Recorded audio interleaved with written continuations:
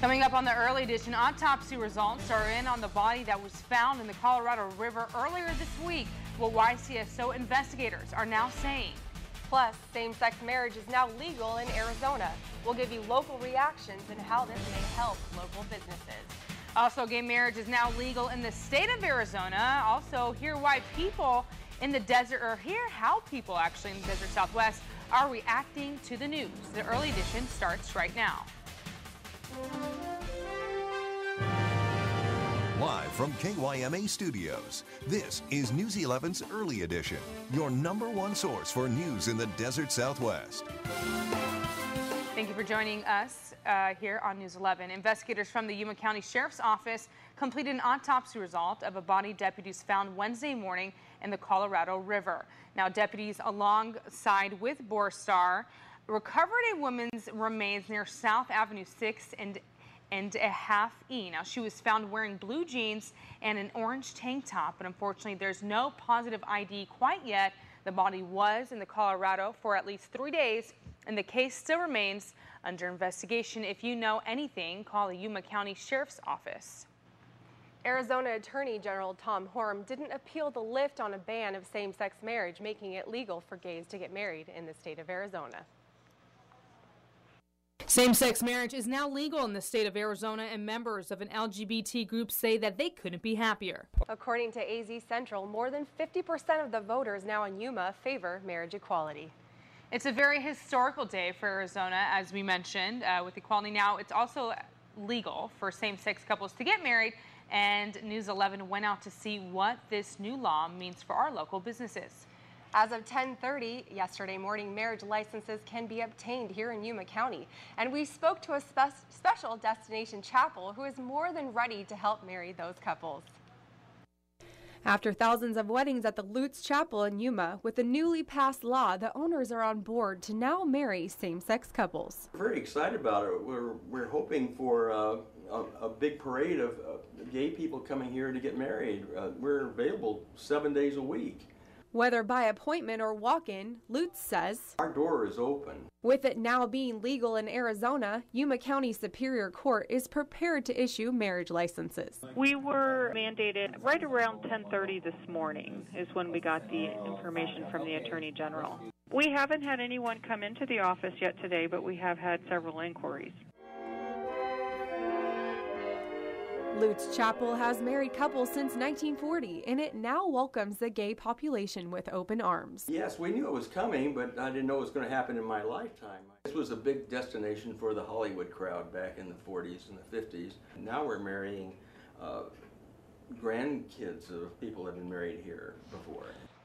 Lutz Chapel is open 7 days a week and can make any wedding accommodations.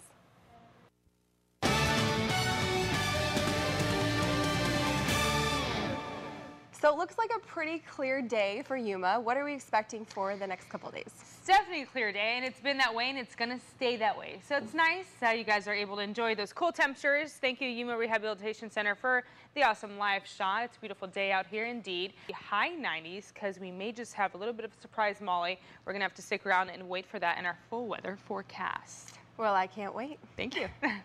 Well, if in the unlikely event that someone here in Yuma County contracts Ebola, we'll tell you how Yuma Regional Medical Center would handle that and what precautions they are taking. Also, President Obama used his weekly address to discuss Ebola and what the federal government is doing to protect Americans. And here's Lester Holt with a nightly news preview. This evening, President Obama warns against hysteria over Ebola. I'll share my emotional interview with a former soldier who says he pulled the trigger in the friendly fire shooting of Pat Tillman. And we'll meet a couple on an amazing journey around the country, offering acts of kindness in all 50 states. Like News 11's Joey Norton, watching KYMA News 11, where news comes first. Live from KYMA Studios, this is News 11's Early Edition, your #1 source for news in the desert Southwest.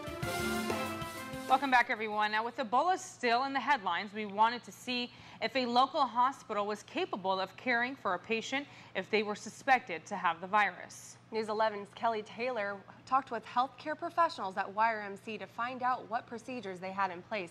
She has details in tonight's Healthline 11 report. The administrative director of quality at Yuma Regional Medical Center says the hospital is working together with the Yuma County Health Department to make sure they're following CDC guidelines if a patient were to present themselves with symptoms linked to Ebola. She says standard precautions are taken when screening patients for hazardous materials. For this Healthline 11 report, I'm Kelly Taylor, News 11. As of now, there have only been 2 cases where patients contracted Ebola in the U.S. 2 nurses contracted the virus after caring for a patient who traveled to Texas from Africa with the virus. That patient has since died. In the Imperial Valley, an Ebola scare took storm yesterday in El Centro. Officials from El Centro Regional Medical Center said they investigated a possible case of the deadly virus, but it was a false alarm, so nothing to worry about. It happened early yesterday. Address to discuss Ebola and what the federal government is doing to protect Americans. But even as officials and doctors say Ebola is nowhere near as contagious as the flu, the virus has rattled a lot of nerves. Dan Scheneman has more. As far as the cruise ship where a lab worker thought to have handled specimens from Thomas Eric Duncan, it's scheduled to return to Galveston Sunday morning. And the Carnival officials say that the person still has no symptoms, and at this point, no passengers will be screened as they leave the boat. Well, after widespread speculation about how Joan Rivers' death was caused by medical error, we reveal some answers on what actually happened to her during her routine surgery. Well, with the weather being so nice, it's now time to do those things that you haven't been able to do for months. And that's very true. I mean, and one of those things, I know you told me earlier today that she took a nice jog outside. I did. And typically, I mean, you know, taking jogs outside here in Yuma in the summertime isn't... It's not possible. Yeah, it's pretty hot. It's maybe not the brightest idea. But now that temperatures are cooling down, it is October, so summer's no longer here. Push that off the side. And we're able to enjoy these temperatures and do those things. Let's check out what we have going on right now in our live sky. Cooler, Molly, for those low temperatures, they always seem to be just a few degrees shy, for us in Yuma, we seem to be a few degrees shy than Imperial Valley. Yeah. But for the most part, upper 60s and low 70s, so nice temps. Perfect weather, I would say. Perfect weather. Well, what do we got coming up next, Molly? Well, it's the battle that comic book fans have been waiting decades for. The Dark Knight and Man of Steel are set to share the big screen. We'll tell you when, coming up next.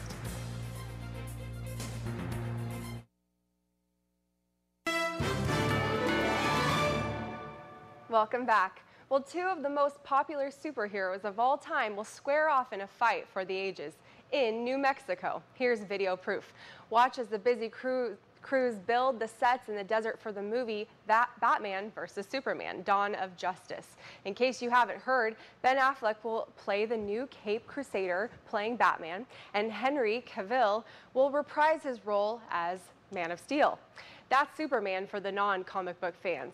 Filming is expected to start next month. Batman vs. Superman, Dawn of Justice is scheduled to be released in 2016. An explanation for why Bono wears his sunglasses. His rose-colored sunglasses, that is, every day of his life. It's not vanity, but he disclosed today that it's glaucoma. For example, if photographed without his sunglasses, he sees the flash for the rest of the day. NBC's Katie Turner reports.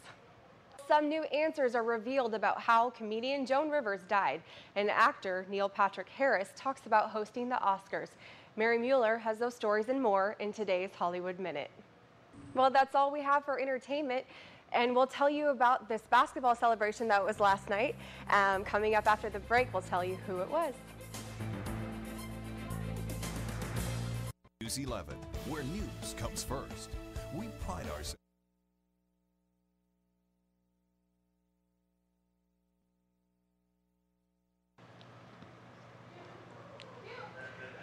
Well, welcome back. There was a celebration last night.